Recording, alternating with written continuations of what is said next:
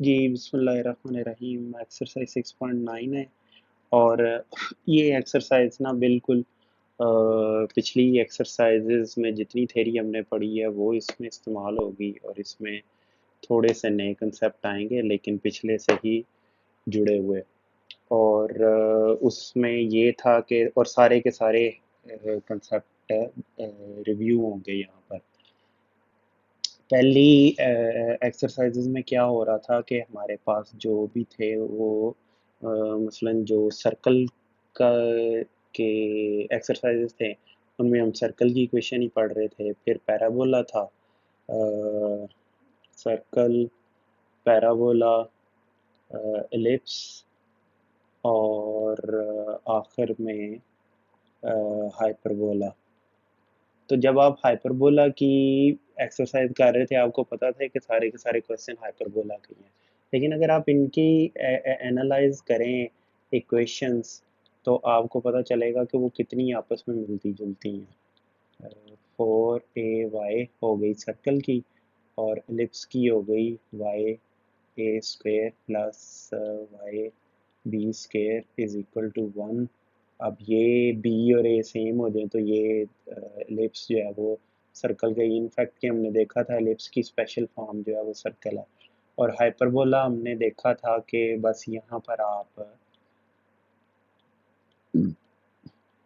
Negative लगा दें तो ये हो जाएगा। और ये तो थी सिंप्लीफाइड किस्म की फॉर्म, इनकी ये जर्नलाइज्ड फॉर्म तो इस तरह की है ना, B square Y square plus C कर लें, सी एक्स कर लें, डी वाई कर लें प्लस ई कर लें इज इक्वल टू ज़ीरो। अब ये अगर इक्वेशन लिखी हुई है तो आपको कैसे पता चलेगा ये सर्कल की है, ये पैराबोला की है, ये एलिप्स की है, कि ये हाइपरबोला की है? नहीं पता चलेगा। आम देखना देखेंगे, मतलब अगर आपको डिटेल्स नहीं पता कि किस तरह यहाँ से निकालनी है, आपने फाइंड आउट करनी है कि ये किसकी इक्वेशन है, तो आपको नहीं पता चलेगा कि ये किसकी इक्वेशन है। तो वो हमने देखना है कि इस तरह की जनरल इक्वेशन दी हो तो, और कैसे पता चलेगा कि हमें ये इनमें से किसी एक की इक्वेशन है। तो उसके लिए ये थ्योरी हम डेवलप करने लगे हैं। तो इसमें वो देख लें कैसे वो कॉर्ड उसके कोफिशिएंट सेट कर रहा है। एक्स के कैपिटल ए रखा है, वाई स्केयर का बी रखा है, जी एक्स का जी है, एफ का वाई का एफ है और सी कांस्टेंट है इज इक्वल टू ज़ीरो। अब ये यहाँ से अगर आप देखें जी और एफ फर्ज करें ज़ीरो है और ए और बी बाकी बचा है, तो कैसे पता चलेगा कि ये वो है सर्कल है। सर्कल जैसे पता चलेगा कि ये सी नेगेटिव होगा क्योंकि उधर जाके इसने रेडियस बनना है, और ए और बी इक्वल होंगे आपस में, तो नॉन ज़ीरो होंगे और इक्वल होंगे। तो ये देख लें वही इक्वेशन है, जी और एफ की कोई ख़ास जो है वो कंडीशन नहीं है। तो इस तरह हमें पता चल जाएगा कि ये सर्कल है। और अगर यहाँ से आप देखें ना, यहाँ से देखें एक्स और वाई, अगर एक्स स्केयर का कोफिशिएंट हो और वाई स्केयर का कोफिशिएंट ज़ीरो हो, या इस तरह का भी वो पैराबोला हो सकता है कि Y square is equal to 4ax। तो उसमें ये उस केस में ये पैराबोला का हो जाएगा, बोथ साइंस इक्वल नहीं है, देन वी हैव, अगर इसको आप सॉल्व करेंगे तो एलिप्स की फॉर्म आ जाएगी। और ये कैसे आएगी? बोथ सेम नहीं है, बोथ सेम नहीं है और बोथ नॉन ज़ीरो है। बोथ सेम नहीं है और नॉन ज़ीरो है तो फिर ये एलिप्स बन जाएगी और पॉजिटिव होने चाहिए ये कोफिशिएंट्स दोनों, वाई का भी और एक्स का भी। बाकी वो एक्स को साथ मिला के वो स्क्वायर कंप्लीट कर रहा और कुछ भी नहीं कर रहा, और यहाँ पर भी वो वाई को साथ मिलाकर स्क्वायर कंप्लीट कर रहा है। अच्छा, अब इस में थर्ड पार्ट है जिसमें कि A is not equal to B and both have opposite signs. ये कब होता है? ये हाइपरबोला में होता है, बोथ हैव अपोजिट साइंस। ये निशानी है हाइपरबोला की, ये काफ़ी इजी है, इक्वल भी नहीं है और इक्वल हो भी सकते हैं, ये ज़रूरी नहीं है। और इनके अपोजिट साइंस हैं। और यहाँ पर आप देखें कि ये जो जर्नल इक्वेशन थी इसमें वही किया हमने, फुल कंप्लीट किया स्क्वायर एक्स का, वाई का जो कांस्टेंट बचा उसे उधर ले गए, एम के इक्वल सपोज कर लें ये है, एम से दोनों साइडों पे डिवाइड कर दें और अब ये आपके पास इक्वेशन आ गई। ये स्टैंडर्ड इक्वेशन है हाइपरबोला की एक्स वाई कोऑर्डिनेट्स में। तो इसमें है कि ए तीन कंडीशंस हमने कर ली। अब हमने चौथी कंडीशन देखनी है कि जब ए ज़ीरो हो या बी ज़ीरो हो, दोनों इकट्ठी ज़ीरो नहीं हो सकती, उस केस में क्या होगा, ये पैराबोला होगा। अज्यूम कर लें कि ए ज़ीरो नहीं है और बी ज़ीरो है, तो ये इस इक्वेशन में बी ज़ीरो पुट कर दें तो बाकी बच जाएंगी आपके पास एक ये, फिर वो स्क्वायर कंप्लीट करेंगे एक्स स्क्वायर के लिए और वाई को उधर ले जाएं आप तो वो बन जाएगा आपके पास जो भी है कांस्टेंट है और साथ वाई की टर्म आ गई आपके पास। तो अब वो कांस्टेंट यूज़ करें वाई के साथ और उसमें आप कर लेंगे Y square X square is equal to 4a Y के इक्वल।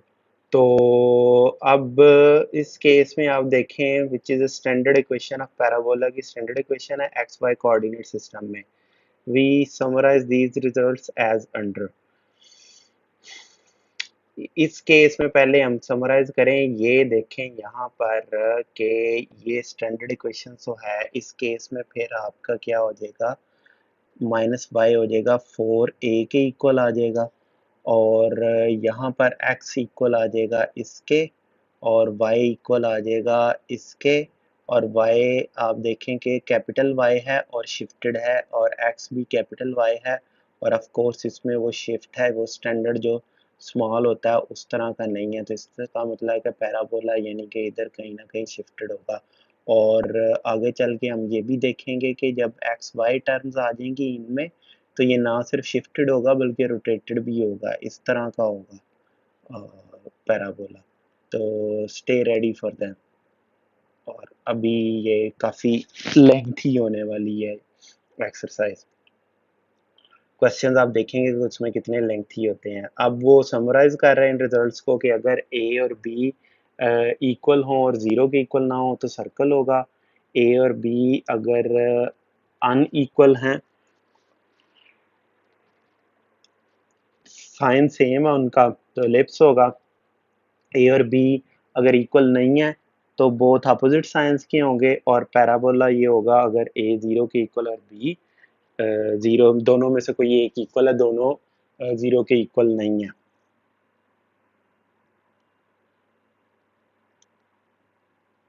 अब यहाँ पर आप देखें classification of conics bye determinant.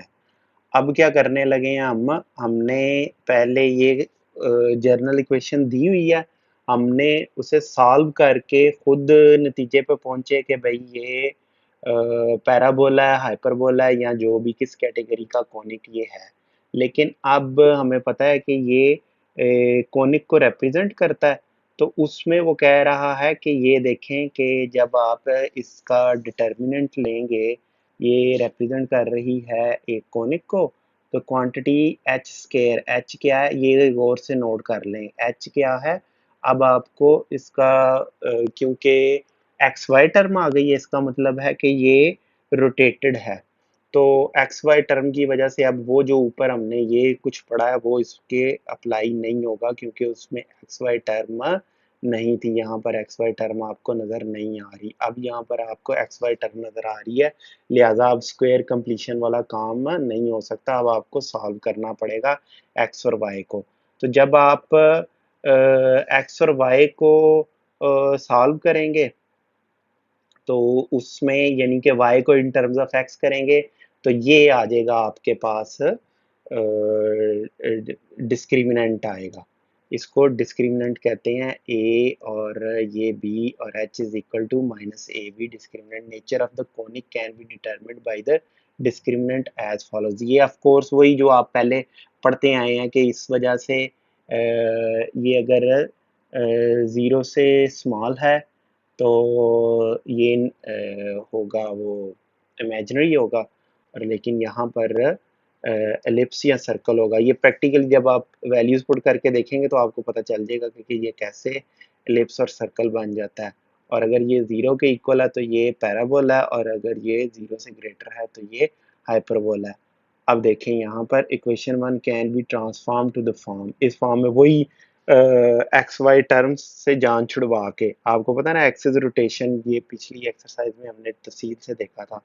Axis are rotated, वही X is equal to put करके x is equal to capital X cos theta sine theta, इस तरह इनकी x प्लस ये नेगेटिव था नेगेटिव, और y x के साथ sine theta plus y cos theta, ये शायद cos थीटा था साइन थीटा, हाँ जी ऐसे ये ट्रांसफॉर्मेशन थी। इनको इस्तेमाल करके हम क्या करते थे,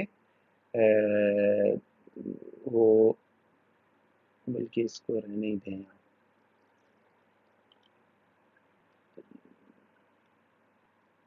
इनको इस्तेमाल करके हम ये एक्स वाई टर्म से जान छुड़वा लेते थे। अब उसमें क्या है कि axis are rotated about origin through an angle theta where theta is given by this. ये क्वेश्चन आपने याद रखनी है, ये उसने ड्राइव तो नहीं की यहाँ पर, लेकिन अगर आप पीछे देखेंगे ना जो क्वेश्चंस किए थे 6.8 में, वहाँ आप जाके ये देख लीजिएगा, आपको पता चल जाएगा कैसे हमेशा वो टेंजेंट टू थीटा आता था, और जब ए और बी इक्वल हो जाते थे तो थीटा किसके इक्वल आता था, 45 के इक्वल। जाके पिछली एक्सरसाइज में वो एग्जाम प्रॉब्लम्स देख लें। तो इस केस में जब आप सॉल्व करेंगे तो ये टेंजेंट टू थीटा जब ए बी इक्वल हो जाएंगे या जीरो ए बी हो जाएंगे तो क्या होगा, इन्फिनिटी के इक्वल आ जाएगा। तो थीटा किसके इक्वल आएगा, टू थीटा किसके इक्वल आएगा, 90 डिग्री के। टेंजेंट इनवर्स इन्फिनिटी कितना होता है, 90 डिग्री, और थीटा किसके इक्वल आएगा, 45 डिग्री के इक्वल आएगा। तो इसका मतलब है कि जब 45 डिग्री पर ये थीटा होगा, ये देखें ये इक्वेशन, ये याद रखनी है आपने इक्वेशन, ये इससे रोटेट करते हैं। Substitution in will result in equation of the form two, इस फॉर्म की इक्वेशन मिल जाएगी आपको जब आप इसको सब्स्टिट्यूट करेंगे वो ऊपर वाली इक्वेशन में, इस इक्वेशन में।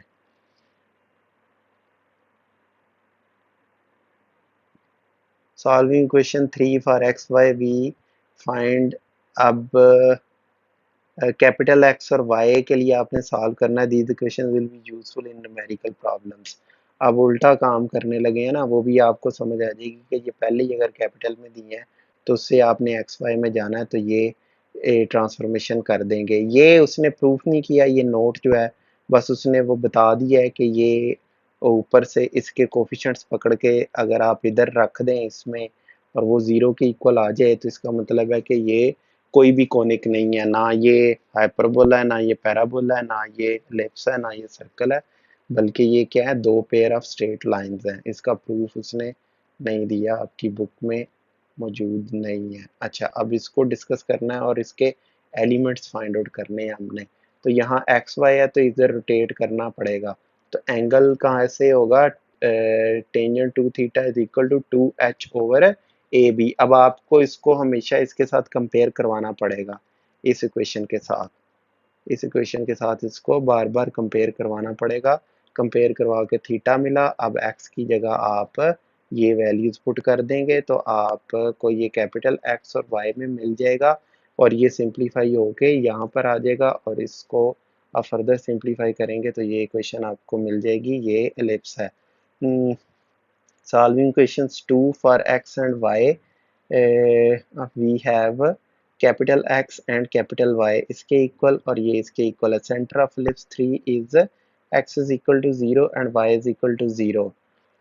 Square root 3x plus y is equal to 0. मतलब अब बुक में उस वजह से ये इस तरह के क्वेश्चन अब आप पीछे काफ़ी करके आ चुके हैं।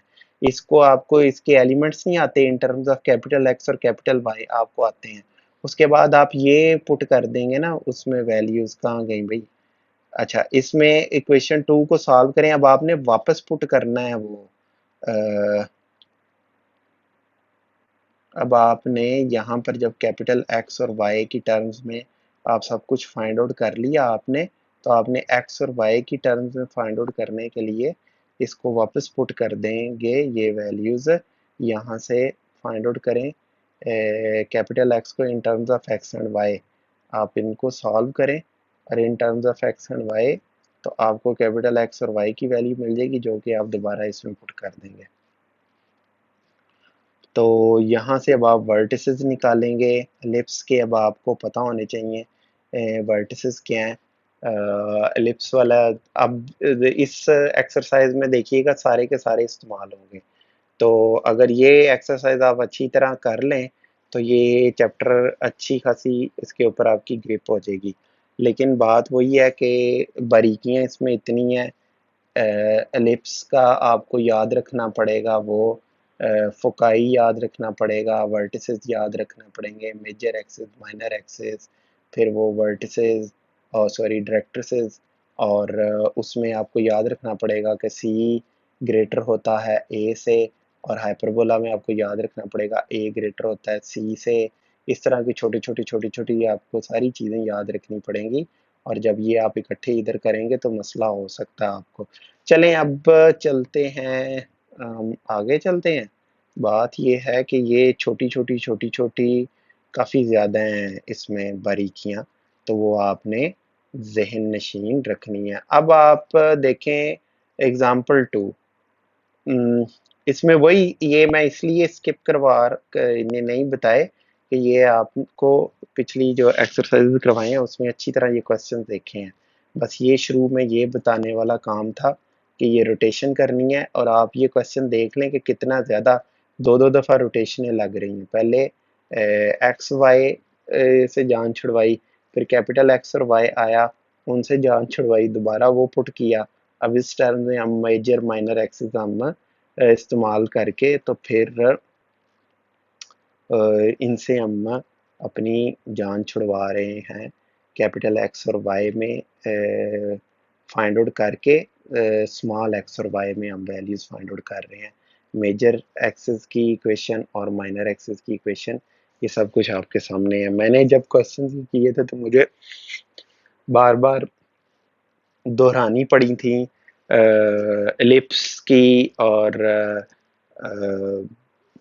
सारे उनके एलिमेंट्स, एलिप्स के, हाइपरबोला के, पैराबोला के और सर्कल के, सब उनकी करेक्टरिस्टिक्स मुझे बार बार देखनी पड़ी थी। अच्छा, अब कह रहा है कि एनालाइज करें आप conic X Y is equal to 4 and write its elements. Equation of the conic is X Y minus 4 is equal to 0, here A is equal to 0। अच्छा, अब इस केस में इसको किससे कंपेयर कर रहा है, ये इस इक्वेशन के साथ, यहाँ इसके साथ कंपेयर कर रहा है, यहाँ से ए बी सी एच वो सारा कुछ आ रहा है, ये आपको मैं पीछे बता आया। अब क्योंकि ए और बी ज़ीरो हैं तो एंगल थीटा क्या होगा, 45 डिग्री होगा, ये पीछे हमने देख लिया। वही फार्मूला लगाएंगे, tangent two theta is equal to tangent two theta is equal to 2ha minus B. अच्छा, अब उसमें से x और y और सब्सटीट्यूटिंग 1 वी हैव, इनको अब इसमें पुट कर दें 1 में। अब इसको सिंप्लीफाई करें तो ये हाइपरबोला आ गया आपके पास। अब इसके सारे आपको फाइंड आउट करने पड़ेंगे सॉल्विंग। अब x और कैपिटल x और y को यहाँ से सॉल्व करें, और ये hyperbola in terms of small x और y आपको मिल जाएगा, तो वहाँ से फिर आपको सेंटर मिल जाएगा इसका।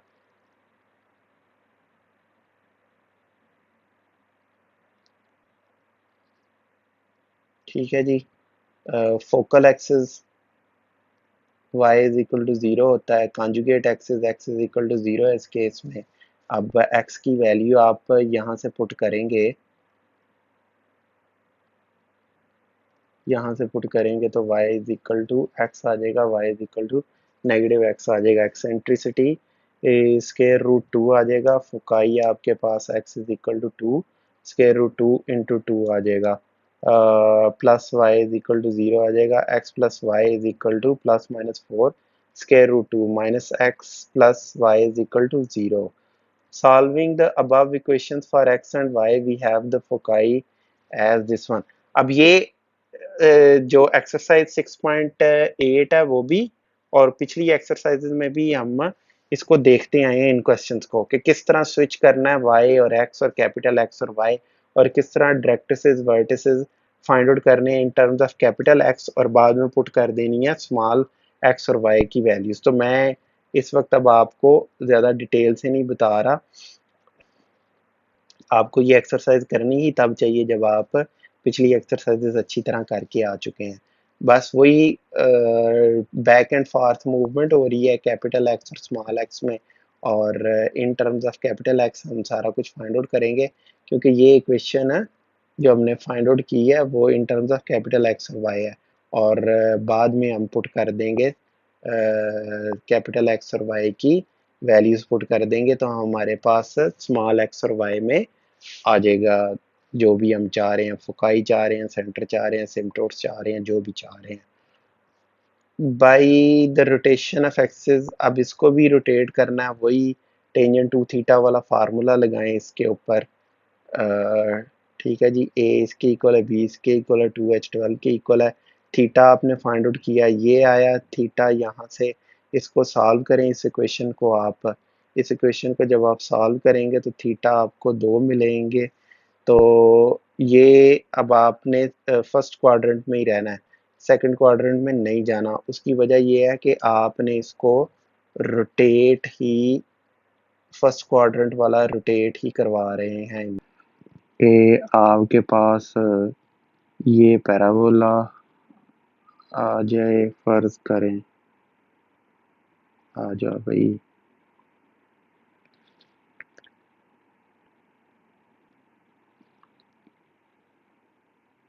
अच्छा ये पैराबोला। अब बात ये है कि ये पैराबोला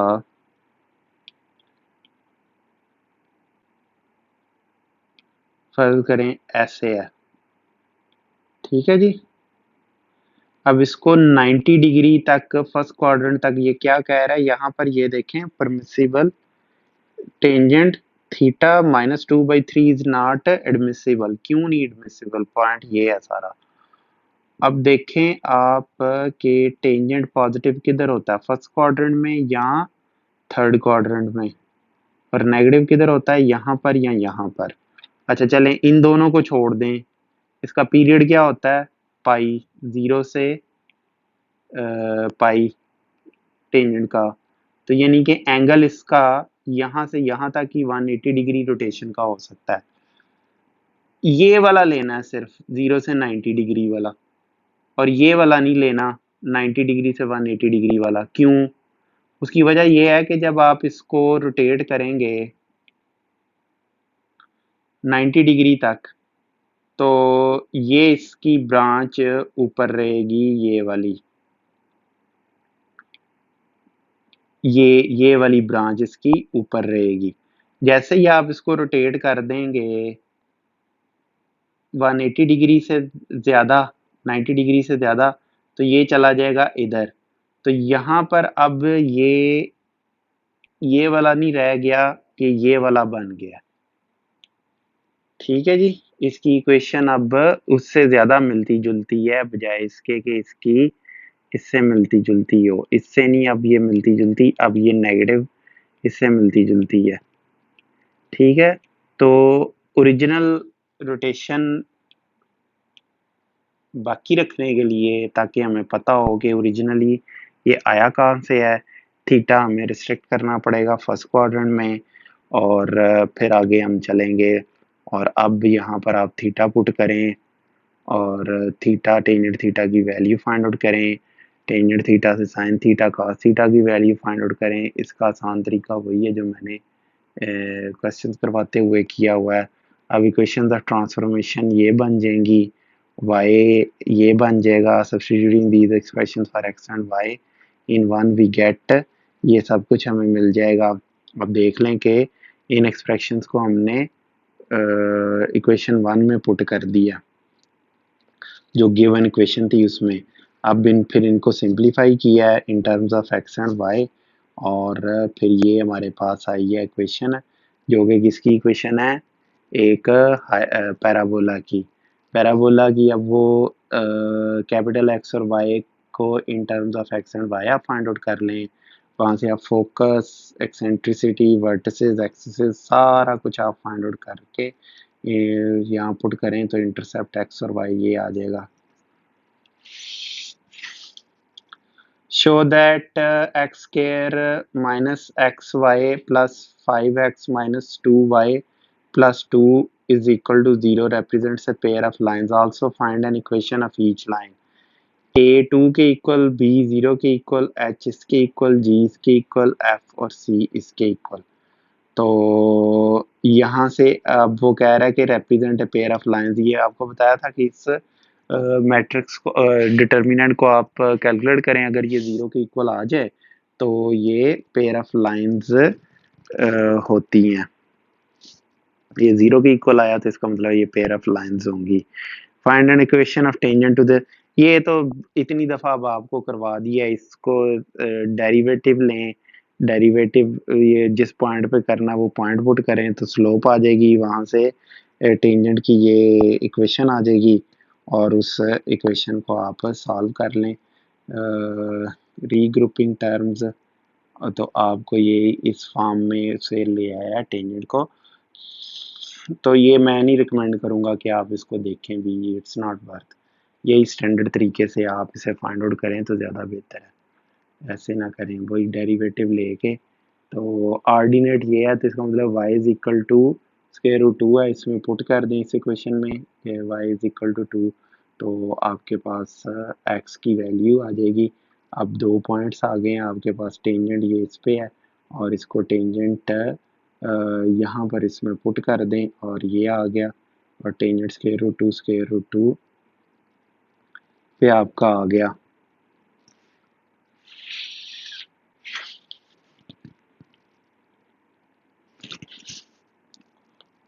ज़ीरो, ये दो पॉइंट्स के ऊपर हमारे पास टेंजेंट आएगा। अब वही फार्मूला लगा के वो y माइनस पॉइंट और स्लोप वाला फार्मूला लगा के आपको ये दो टेंजेंट्स की इक्वेशन मिल जाएगी। चलें अब आप एक्सरसाइज 6.9 हम शुरू करते हैं। ये लेंथी है लेकिन मुश्किल नहीं है। लेंथी इसलिए है कि आपको पता है कि दो दो तीन तीन इसमें ट्रांसफॉर्मेशन हो रही हैं, और मुश्किल इसलिए नहीं है कि जो कुछ आपने पहले पढ़ा है वही कुछ आपने अब पढ़ना है, तो और उसकी जस्ट एक्सटेंशन है। तो इतनी डिटेल में अब मैंने एग्जांपल्स आपको करवा दी हैं, तो ये अब प्रॉब्लम्स मैं आपको दिखा देता हूँ। मैं यहाँ पर लिख भी देता हूँ।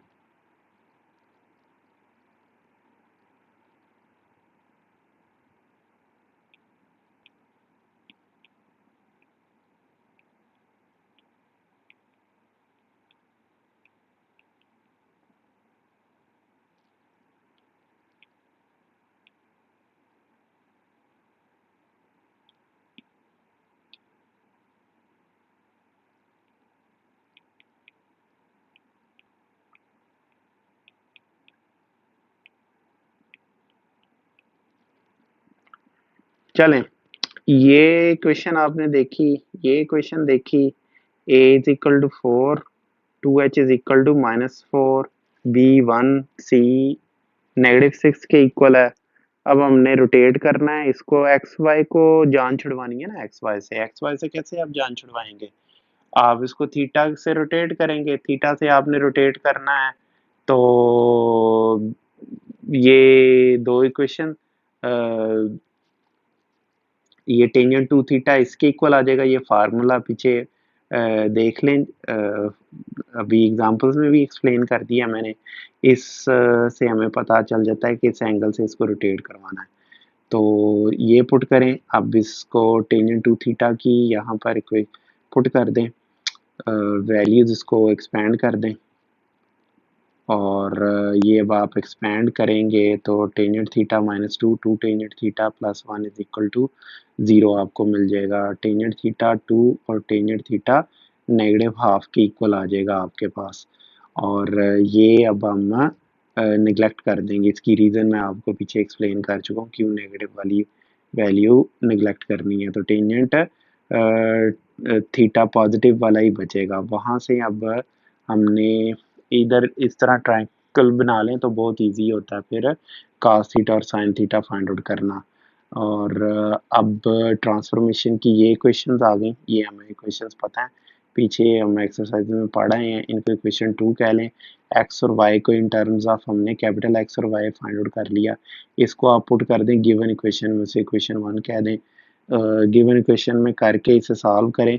ये सिंप्लीफाई अब मैंने आप पे छोड़ा, मैं अब मैंने वो सिंबल ऐप या इससे जो है ना सॉल्व करके आप सिंप्लीफाई करके देख लें। सिंप्लीफाई किया और ये इक्वेशन आ गई आपके पास। ये अब थर्ड इक्वेशन इसे कह लें। इसको अब कैपिटल वाई इसके इक्वल आया। अब यहाँ से आप सेंटर और वो सारा कुछ फाइंड आउट करेंगे। एक्स और वाई को इन टर्म्स ऑफ आप स्मॉल एक्स और वाई अब आप फाइंड आउट करें।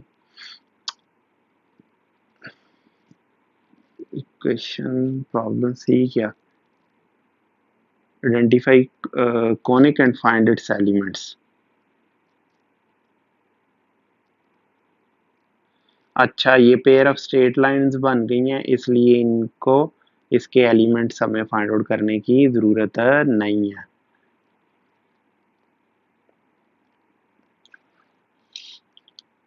बिल्कुल, ये सारे सब क्वेश्चन में तो ये ऑलमोस्ट वही तरीका है, इसलिए अब मैं ये एक्सप्लेन नहीं करूँगा। अब आप ये देखते जाएं और हम आगे चलते जाते हैं। इसमें हमें सब क्वेश्चंस के बिल्कुल वही स्टेप्स हैं और मैंने यहाँ पर आपको सॉल्व भी इसलिए करके दे दिया है। इस स्टैंडर्ड वही तरीका है। इसको इस इक्वेशन के साथ कंपेयर करवाएं। मैं ब्रीफली एक दफ़ा फिर एक्सप्लेन कर दूं, फिर उसके बाद आप खुद देख लीजिएगा। मैं सिर्फ क्वेश्चंस फिर जल्दी जल्दी से स्क्रॉल डाउन करता जाऊंगा। ए के इक्वल ये इससे कंपेयर करवाया, बी के इक्वल ये, 2h के इक्वल ये आ गया। ये आपने सही तरह से कंपेयर करना है। 2h इसके इक्वल है तो -2 के इक्वल है। 2h इज इक्वल टू -2, यहाँ पर 2h रखना है, h नहीं रखना हमने। तो ये आया 1 से cancel, 0 infinity in two theta 90 degree, theta 45 degree. इस इक्वेशन में पुट किया थीटा को तो ये x माइनस वाई और स्क्वायर रूट 2 आया। यहाँ से वैल्यूज पुट कर दी आपने फर्स्ट क्वेश्चन में। इसको सिंप्लीफाई आपने खुद करना है।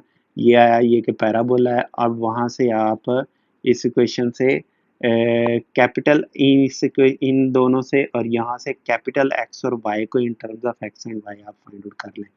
वो आपने फाइंड आउट कर लिया। वो ये मिले आपको ये दो, नहीं ये दो मिले, एक ये और एक ये। अब आप इस इक्वेशन को इस्तेमाल करते हुए सारे एलिमेंट्स हाइपरबोला पैराबोला के फाइंड आउट करें। ये देखें फोकस फाइंड आउट किया कैपिटल एक्स की फॉर्म में, एक्स और वाई आपने पुट कर दिया, आपको ये मिल गया। फोकस भी हो गया, वर्टेक्स भी हो गया। वर्टेक्स कैपिटल एक्स और वाई की फॉर्म में पुट करके वैल्यूज पुट कर दी। फिर वर्टेक्स फाइंड आउट किया, वर्टेक्स तो 0 0 आ गया ना, एक्सेस फाइंड आउट किए, उनकी जगह कैपिटल एक्स और वाई की वैल्यू पुट कर दी, डायरेक्ट्रिसेस आपने फाइंड आउट किए। इस तरह आप करते गए हैं और ये आपको सारे एलिमेंट्स मिल गए हैं। अब कोई ज़रूरत नहीं मुझे एक्सप्लेन करने की, अब आप ये खुद करेंगे। पीछे पैराबोला एलिप्स सब कुछ मैं बड़ी तफसील से पढ़ा के आ चुका हूँ। अब ये ज़्यादा बयान करने की यहाँ पर ज़रूरत नहीं है। चलें अब आप इसको देखते हैं।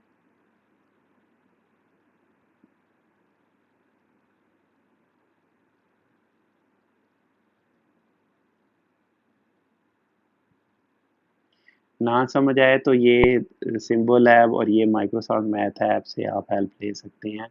वैसे आपने करना है हाथ से, मैनुअली करना है, तो इट इज़ हाईली रिकमेंडेड कि आप मैनुअली ही इसको करें। और ये देख लें, मैंने इसीलिए जब चैप्टर शुरू हुआ था आपसे कहा था कि इसमें निटी ग्रिटीज़ बहुत ज़्यादा हैं, बारीकियाँ काफ़ी ज़्यादा हैं। चैप्टर अलबत्ता इंतहाई आसान है और लेकिन काफ़ी ज़्यादा बारीकियाँ। आप ये देखें क्वेश्चन कितना लेंथी हो गया। यहाँ से मैंने स्टेप्स भी छोड़े हैं। देखने में लगता है अब यहाँ पर जो कोई ज़रा सी एक आधी नेगेटिव पॉजिटिव की गलती हुई, मुझे क्वेश्चन करते हुए कितनी दफ़ा बार बार देखने पड़े हैं। पूरे महीने में इसके नोट्स बने हैं। चलें, ये क्वेश्चन देख लें आप। अब बस चलते जाएंगे हम तेजी तेजी से।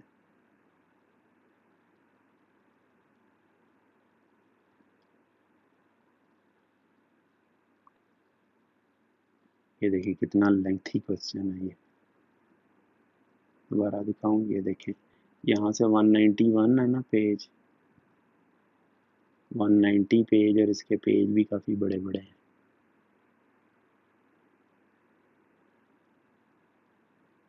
ये देखिए अच्छा खासा लेंथी क्वेश्चन है। चलें, क्वेश्चन 1 और उसका 5th पार्ट, बिल्कुल वही तरीका। थीटा 2 थीटे आपके पास आ गए हैं। आप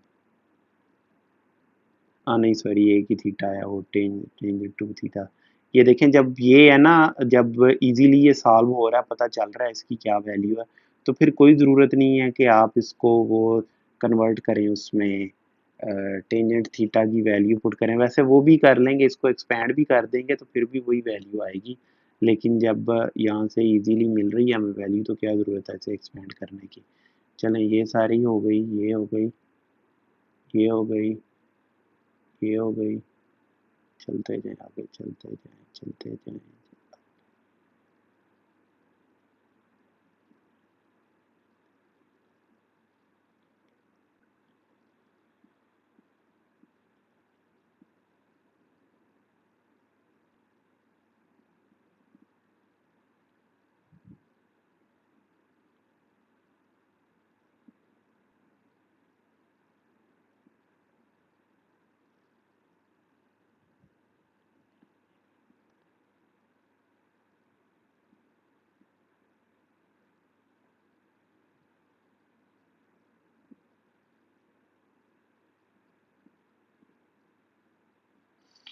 थोड़ा तेज जा रहा हूँ मैं, दोबारा से शुरू करते हैं। ये देखें ये कितना लेंथी क्वेश्चन है। ठीक है जी, स्टैंडर्ड वही प्रोसीजर है इसका। इसको देखें,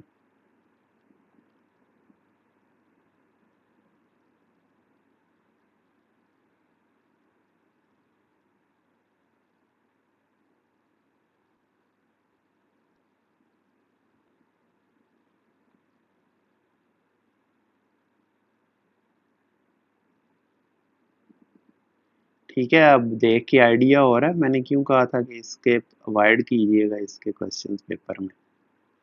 आते भी हों, अच्छी तरह ग्रिप भी हो, फिर भी मैं अवॉइड करूंगा। कहीं भी ये प्लस माइनस की छोटी सी गलती हुई तो गया क्वेश्चन, ये आपको घुमा के रख देगा, वो ढूंढते ढूंढते आपका टाइम लग जाएगा।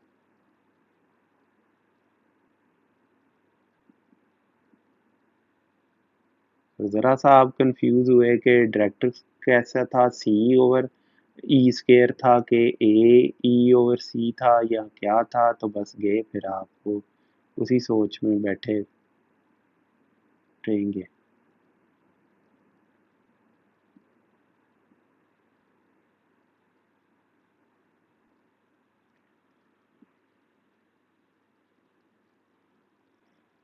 और क्वेश्चन 1 का 8th पार्ट है, ये भी आप खुद ही देख लें। एग्जांपल्स आपको करवा दिए हैं, पहले एक दो पार्ट अच्छी तरह एक्सप्लेन कर दिए हैं। इंशाल्लाह ताला अब आपको समझ आ जानी चाहिए कि ये कैसे हो रहा है।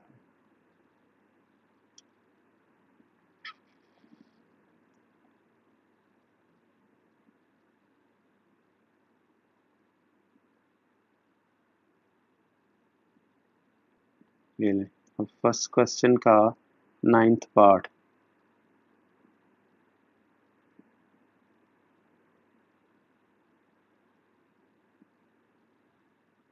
आप जहाँ भी रोकना चाहें इसे पॉज करके तो रोक सकते हैं। वैसे इसकी डिस्क्रिप्शन में आपको नोट्स मिल जाएंगे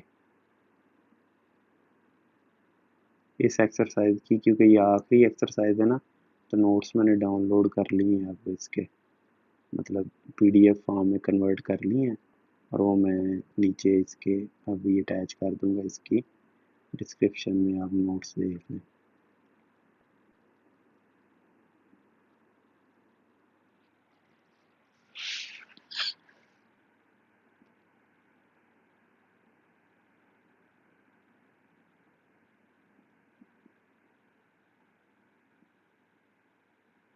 अच्छा, ये अब सेकंड क्वेश्चन शुरू हो गया। इसमें वो पूछ रहा है कि शो दैट ये एंड ये each represent a pair of straight lines. First तो बहुत इजी है, इसको तो इजीली आप वो करें ना, फैक्टराइज करें और ये शो हो जाएगा। सेकंड में वो फार्मूला, वही जो मैट्रिक्स डिटर्मिनेंट जो हम लिखते थे उसमें कन्वर्ट कर लें। वैसे ये डिटर्मिनेंट में करके करना चाहिए था, ये ऐसे क्यों मैंने किया।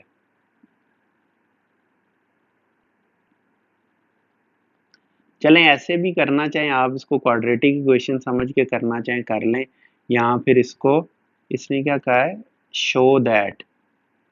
आप इसको वो मैट्रिक्स वाले फॉर्म से भी करके देख लें। इसको ज़रा मैं इधर लिखूं, तो अभी इसको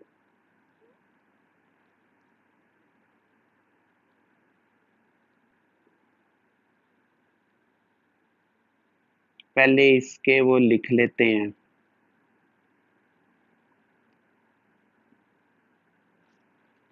इधर मैं लिख दूं मेथड 2 लिख दूं यहाँ पर। यहाँ पर आप लिख लें मेथड 1 और ब्लू से कर लें इसको। अब इसमें आपने क्या करना है, वही डिटर्मिनेंट आपने सेट करना है। तो डिटर्मिनेंट कैसे सेट करते हैं, पहले उसके लिए आपको इसकी वैल्यूज लिखनी पड़ेंगी कि कौन सी ए है कौन सी बी है। ये अब आप फिर आपके हाफजे का इम्तिहान होगा अगर पेपर में आता है तो मुझे भी अब एग्जैक्ट याद नहीं है, तो मैंने बुक खोली है, तो अब पता चलेगा कि कौन सा ए है कौन सा बी है। वही उस स्टैंडर्ड इक्वेशन के साथ इसको कंपेयर कर लें। स्टैंडर्ड इक्वेशन कौन सी थी इसकी,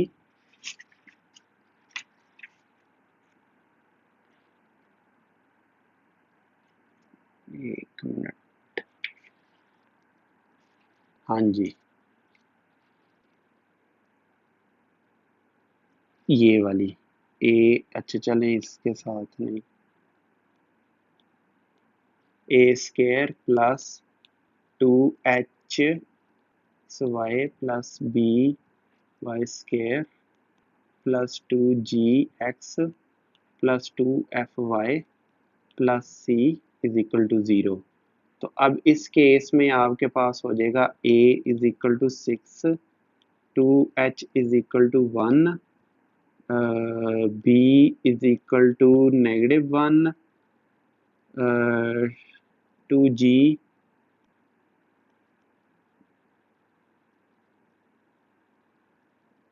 इज इक्वल टू -21 और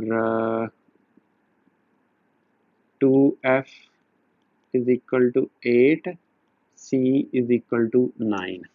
चलें, ये हो गया। अब आपने सेट करना है मैट्रिक्स।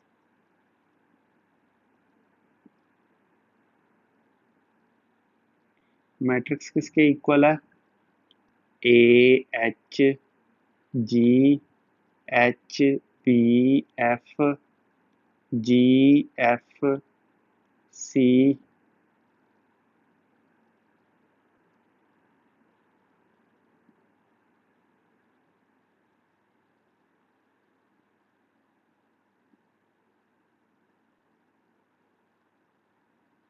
ये किसके इक्वल आएगा,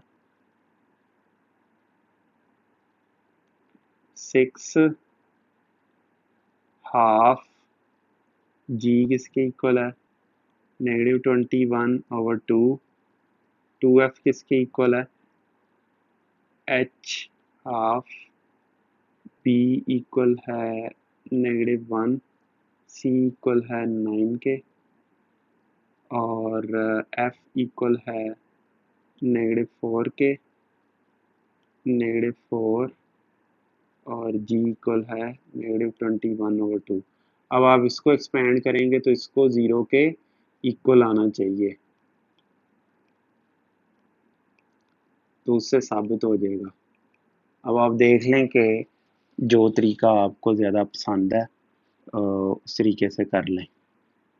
शो दोनों तरीक़ों से हो रहा है। ये अब इतना स्ट्रेट फॉरवर्ड था कि इसको इस फार्मूला कौन याद रखे, कंपेयर करवाए, उसमें पुट करे तो फिर आपको मिले।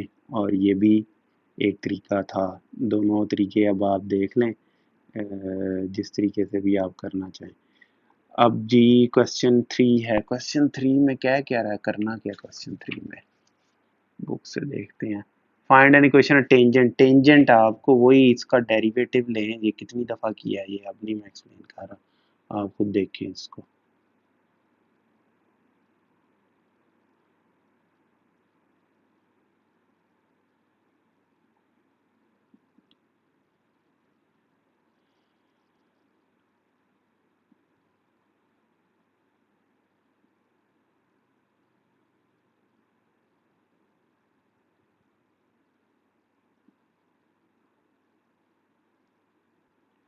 ये देखें, यहाँ मैंने मना भी कर दिए कि डिफरेंशिएटिंग मेथड यूज़ करें, ये मेथड मत यूज़ करें, कंफ्यूज करेगा आपको ये मेथड।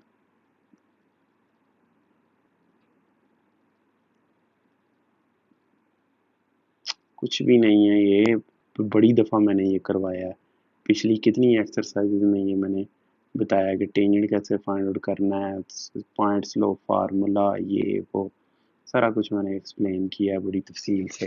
चलें, मुबारक हो, आपकी ये एक्सरसाइज ख़त्म हुई और चैप्टर 6 भी ख़त्म हुआ और इसके नोट्स नीचे आप ले लें। अब अल्हम्दुलिल्लाह आखिरी चैप्टर हम शुरू करेंगे जो कि वेक्टर्स के बारे में है। और अगर आपने फिज़िक्स पढ़ रहे हैं या पढ़ी है तो फिर तो वो बहुत ही आसान होगा, क्योंकि फिज़िक्स में फर्स्ट ईयर की फिज़िक्स में वेक्टर्स एक्सप्लेन किए गए हैं और ये बहुत इम्पोर्टेंट है, हर जगह इस्तेमाल होते हैं वेक्टर।